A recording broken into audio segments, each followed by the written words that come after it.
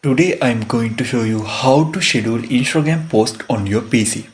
Remember this, to schedule Instagram post on your PC, you will need a business account. So let's get into the video.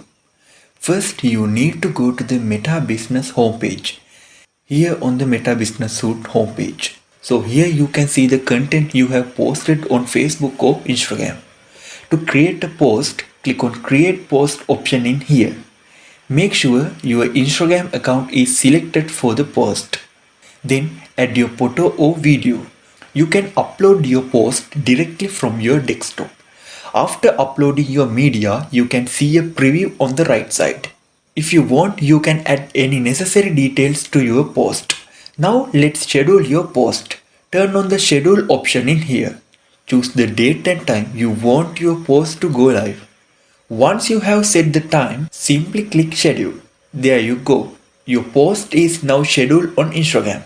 You can view your scheduled posts on the planner. If you need, you can edit or delete them in here.